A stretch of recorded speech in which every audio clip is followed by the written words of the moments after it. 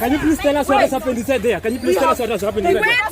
We were harassed by the police. What did they tell you? They took us to stage with nothing. Nothing. Nothing. So when we got in there, the national anthem, and we said we are not performing. Yes, without our rights. We are just made.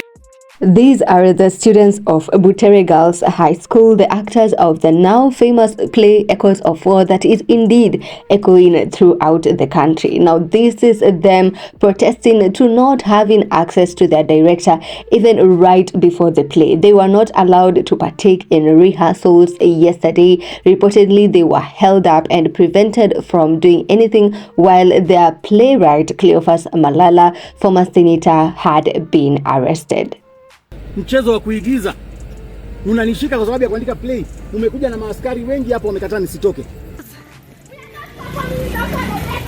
These are the scenes from early this morning when Butere Girls was supposed to perform the play Echoes of War. But reportedly, the girls chose not to perform this play instead. Here's what happened. The girls took the stage. After the curtains opened, the girls sang the national anthem instead of starting the presentation. Then, when we waited for the play to start, one of them, a very brave girl, gave a very powerful speech as the rest broke into tears. And she finished by saying, as Butere Girls, the only play we have for our country, Kenya, is the national anthem we just sang. Butere Girls will stand strong and the message of the Echoes of War will be delivered in another platform. God bless Kenya. Then they all left the stage and alas, watu walibaki wamewachwa na butwa. What happened inside there? Can you please tell us what has happened inside there? We were harassed by the police. What did they tell you? They took us to stage with nothing. Nothing. So when we got in there, and we said we are not performing. Yes, without our rights. This comes after actions believed to have been orchestrated by the president alongside the first lady to sabotage this play. The playwright Cleophas Malala, who was arrested yesterday, accused the president William Ruto of trying to intimidate them and silence them, standing on his ground that he will not be intimidated as there is freedom of expression, which is stipulated very well in the constitution. Instructions from State House kwamba hakuna kitu hiyo play inafaa iperformiwe kwa ile njia ambayo haitaeleweka. That's why they have refused any rehearsal.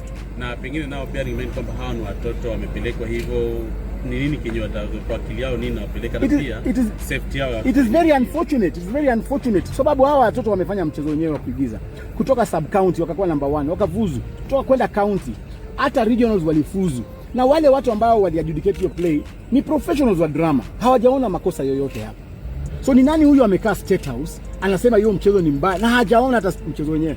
The play had been previously dropped and the drama club kids had been sent home.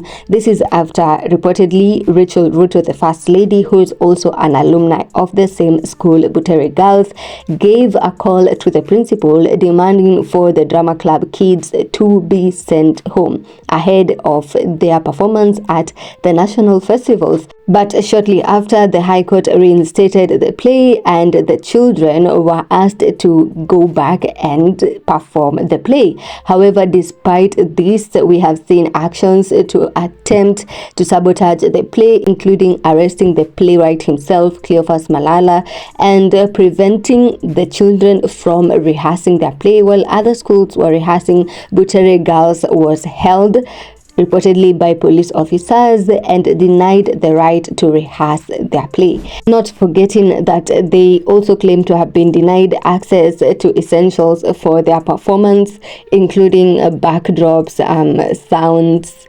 During their performance, the journalists and the public were also prevented or barred from entering the premises to have a view of the performance or of the play. And yesterday at night, journalists were also tear gassed while recording some of the scenes.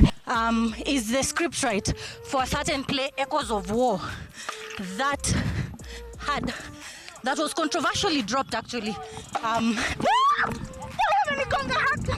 As we wait to see what will happen next, will Butere Girls get a chance to perform the play again, or is this how they have been disqualified? Kenyans are gaining more curiosity about this play. Why is it that the state officials are so determined to prevent it from being performed? Here's a sneak peek of the play. Who must go? Zakayo must go. He must go.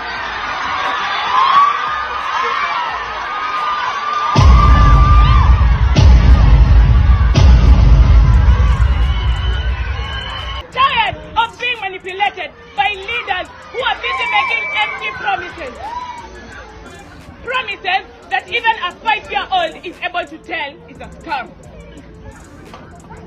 Fertilizers for the farmers, free education, a government of the people, for the people, by the people. What people? And we have no voices in our government. The play centers on the events of January 25th when we had the maandamano. So what do you think about this? Is this infringing on the right to freedom of expression that is well stipulated even in the history books that these girls are reading back in school? What is obvious, however, is that all this drama and all this controversy is only working for the play, like it's making the play famous. People who weren't aware of the play, people who weren't minding the play are now intrigued, wanting to even watch the rest of it. Let's look at some of the comments from Kenyans online. They have made this play so famous, now even people who didn't know it existed wanted to see it. Butere Girls filmed the show and then put it on internet. We will make it viral. Hizi si siku za KBC na VOK. National Theatre Pips, please do something. Tutawalipa wakuje kuperform hapa NCBD katikati. Those who have fought arts and journalists have always lost terribly. Tafakari hayo.